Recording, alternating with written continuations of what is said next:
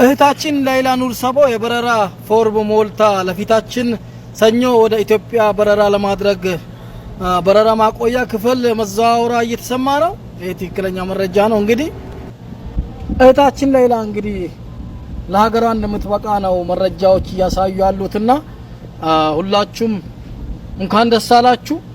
ከዚህ ውጭ ሌላ ነገር ማለት አላህን ማስቆጣት ስለሆነ እንግዲህ የመሞቻ ቀኗን ስትጠብቅ የነበረች እህታችን ለሀገር መብቃት ማለት የቀጠሮ የቀን የትላንት የዛሬ ነገር ካልሆነ በስተቀር ሌላ ምንም ትርጉም የለውምና ለዚህ እንድትበቃ ያደረጋችሁ ኢትዮጵያውያንና ሌሎቹም ደጋግ የሰው ዘሮች በሙሉ ምስጋና ይገባቸዋል። እህታችን አሁንም በሰላም ለሀገርሽ ያብቃሽ ማለት ነው። ሌላ የሚባል ነገር ምንም ነገር የለም። ዜና ሰምቼ በጣም ደስታዬን መግለጽ ስላቃተኝ ነው የመጣሁት ማለት ነው። እንግዲህ እውነት ይሁን ውሸት ይሁን እንግዲህ ሌላም ብዙዎቻችን እናውቃታለን ብዬ ተስፋ አደርጋለሁ ማለት ነው። ሌላ እንግዲህ ለረጅም ዓመታት እስር ቤት የቆየች ወጣት ነች ማለት ነው። እንግዲህ ያው ብዙዎቻችሁ ሚስጥሩንም ታሪኩንም ስለምታውቁት ማብራራት መናገርም ስለማይጠበቅብኝ እንግዲህ ሰኞ ዕለት ትበራለች የሚባል መረጃ ሰምቼ እውነት ለመናገር በጣም ነበር ደስ ያለኝ። እውነት ይሁን ውሸት ይሁን ያው ቲክቶክ ላይ ቪዲዮ ተቆርጦ ተለቋይቸው ነው። ያው ትልቅ ዜና ሳይሆን እንግዲህ ትልቅ ቲክታከር ናቸው የለቀቁት ማለት ነው። እውነት ከሆነ እንግዲህ በጣም ደስ ይላል። ፈጣሪ ማርያምን ፈጣሪ ይርዳት። እኔ ምን እንደምል አላቅም። የእናቶቿ የአባቷ አምላክ እንደዛ እያለቀሱ እንደዛ እየሆኑ እሷ ብቻ ሳይሆንም ህዝቡ ነው። በነገራችን ላይ ለሌላ በጣም ብዙ ህዝብ ተረባርቦላታል። በጣም ህዝብ ነው የተረባረበላት። ስለዚህ እግዚአብሔር እንግዲህ እውነት ያደርግላትና ለቅድስት ሀገሯ ያብቃት፣ ለቤተሰቦቿ ያብቃት። ምናልባት እንግዲህ ያው በሃይምሮ እንግዲህ እንደተነካች ያው ብዙዎች እያወሩ ነው ማለት ነው።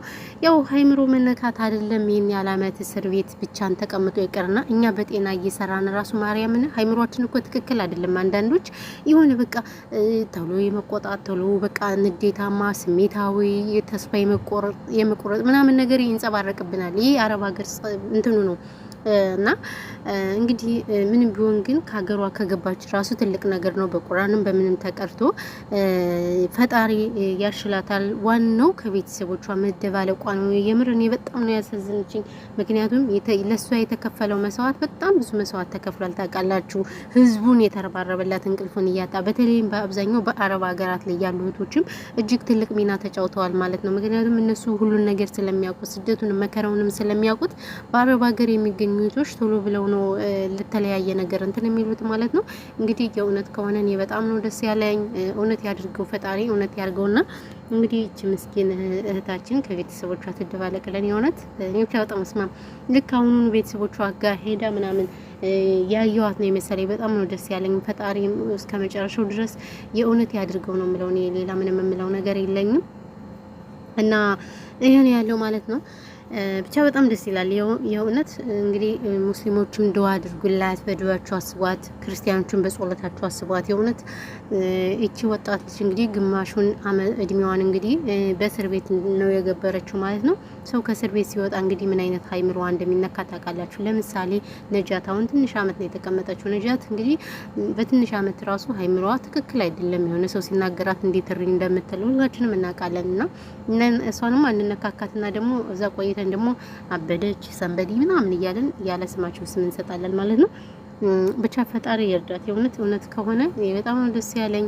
በጣም ብቻ እምለውን ራሱ አላቅም ማለት ነው። እንግዲህ እዚህ ጋር ሆኜ ምን እንደማወራ ምን እንደምል ራሱ አላቅም ማለት ዝም ብዬ መለፍለፍ ፈጣሪ ትግስትና ለዛ ነው እላችኋለሁ ማለት ነው። ውድ ቤተሰቦቼ ሰላም ራሱ አላልኳችሁም። ስሜታዊ ሁኜ ሙቀቱ ነው እኛ ጋር ሙቀት አለ። ብታዩ ሰው ሁሉ ምን እንደሚመስል ጭብደር ብዬ ነው። በነገራችን ላይ ፊቴ ማዲያት ነው ምናምን ነገር ለምን እንደሆነ አላውቅም። ባይዘው ወይኔ አረብ ሀገር መሰራ ራሱ አልመስልም። የቤት ፊቴን እንዴት ማለት ሙቀቱ በጣም ከባድ ነው። ሳውዲ ፊቴ በቃ ሁሉ ነገር ተበላሽቷል። ግን እግዚአብሔር እንግዲህ ላያስችል አይሰጥም ይላል ያገሬ ሰውና ይችን ጤና ራሱ ይዞ ራሱ ሄዶ ቤተሰብ ማየት በእርግጥ ትልቅ ነገር ነው።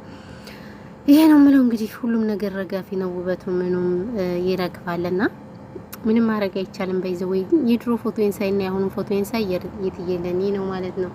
እና ለዛ ነው ማለት ነው። በተረፈ ግን ሁላችሁም ሰላማችሁ ብዝት ተረፈፈ ይበልልኝ። እኔ ምርጦች ያው ብዙ አላወራባችሁም።